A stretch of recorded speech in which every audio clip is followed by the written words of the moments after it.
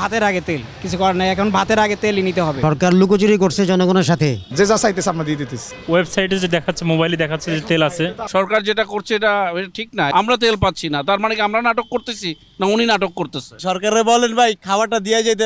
বিগত কিছুদিন যাবৎ লক্ষ্য করা যাচ্ছে রাজধানীর তেলের পাম্পগুলোতে যানবাহনের তীব্র লাইন। তেল পাম্পের দীর্ঘ সারির জন্য প্রভাব পড়ছে রাস্তার স্বাভাবিক যান চলাচলে। এতে করে অফিস ফেরা মানুষ হচ্ছে বিরক্ত, পথে পথেই কেটে যাচ্ছে মূল্যবান সময়। সরকার বলছে জ্বালানি তেলের পর্যাপ্ত মজুদ রয়েছে, তবে তেল পাম্পগুলোতে দেখা যাচ্ছে আতঙ্কিত মানুষের উপস্থিতি, যারা সামান্য তেলের জন্য অপেক্ষা করছে ঘন্টার পর ঘন্টা। প্রশ্ন হচ্ছে, যদি আদৌ তেলের সংকট দেশে থেকে থাকে তাহলে সবাই অপেক্ষা করে হলেও তেল পাচ্ছে কিভাবে? তবে কি এই সংকট আমরা নিজেরাই তৈরি করেছি? সরকার বলছে বাংলাদেশে পর্যাপ্ত পরিমাণে তেলের মজুদ রয়েছে, কিন্তু রাজধানী ঢাকার বেশ কয়েকটি পাম্পে এসে দেখা মিলল তেলের সংকট।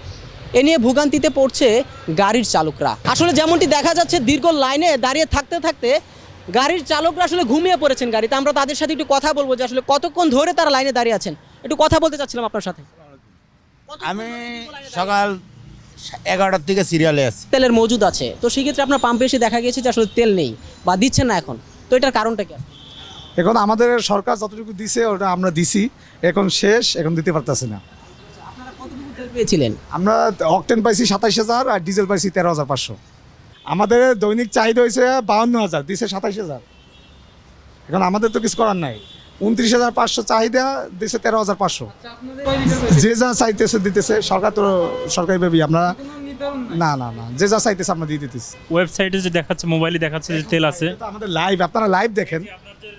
পার্শ্ববর্তী যে দুইটা পাম্প আছে ওখানে কিন্তু দেখায় যে দুইটাতে কোনোটাই তেল নাই, কিন্তু আপনাদের ওয়েবসাইটে ঢুকলে যে দেখা যায় রেড সিগন্যাল, ওখানে রেডের তেল আছে। তেল দিছি তো আমরা, যতক্ষণ ছিল হয়তো ওই ক্ষেত্রে দেখাইছে। আমরা কিন্তু দেখেন 1:30 বাজে আপনাদের পাম্প, ওনাদের পাম্পে কি এখনো দেখাচ্ছে কিনা যে তেল আছে? আপনি একটু আমাদেরকে সেটা আসলে কারেকশন করে জানাবেন।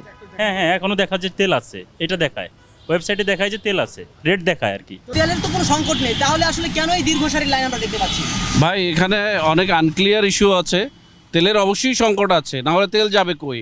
আমরা ঘন্টার পর ঘন্টা লাইনে দাঁড়িয়ে আছি তেল নেওয়ার জন্য। সরকার যেটা করছে এটা ঠিক না, এর পিছনে অনেক কাহিনী আছে। সরকার এই ব্যাপারটা সরকারই দেখা উচিত।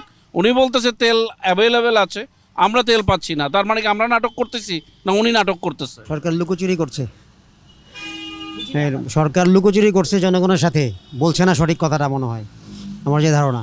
সেটা যুদ্ধের একটা কারণ দিয়েছে, যুদ্ধ তো বিরতি হয়েছে, হরমুজ প্রণালী এটা খুলে দিছে, তেলের তো সংকট থাকার কথা না। এবং যারা তেল মন্ত্রী বা এই খনিজ এবং জ্বালি সম্পদ মন্ত্রী যে আছে, ওনারা বলে যে সংকট নাই, তাহলে আমরা কেন দীর্ঘ 5, 6, 10 ঘন্টা, আমি 5 ঘন্টার বেশি লাইনে দাঁড়ায় আছি। অনেক ড্রাইভার, আমাদের মতন ড্রাইভার আছে, বাইকের পাঠাও চালায়, প্রাইভেটে ওভার চালায়, তারা মনে করেন তেল নিয়ে মজুত করতেছে। আমাদের নিজের চোখে দেখা চালক যারা আছে তাদের মনে হচ্ছে যে এটা সিন্ডিকেট করতেছে একমাত্র পামুলারা সিন্ডিকেট করতেছে। এবং আমাদের কন্টিনিউভাবে সবসময় যদি 24 ঘন্টা যদি তেল দিয়ে যেত তাহলে এই সংকট থাকতো না, কিন্তু তেল যথেষ্ট পরিমাণে মজুত আছে। 5 ঘন্টা ধরে খাওয়া হয়েছি ভাই, থাকতে থাকতে খিদায় শেষ ভাই। সরকারে বলেন ভাই খাবারটা দিয়ে যেতে ভাই, আর কত কষ্ট করবো আমগো।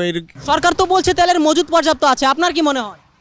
ভাই যদি তেলের মজুদি থাকতো ভাই, তাহলে এই কষ্ট করে এত কষ্ট করে সিরিয়ালে খারাপ আসতাম না। 5টা ঘন্টা ধরে ভাই বসে আছি ভাই, না এই এটা তুই আমি বাথরুমে যেতে পারি না, খাইতে যেতে পারি ভাই। প্রত্যেকটা গাড়ির ড্রাইভার আসলে 5 থেকে 6 ঘন্টা ধরে এই লম্বা সিরিয়ালে দাঁড়িয়ে আছেন।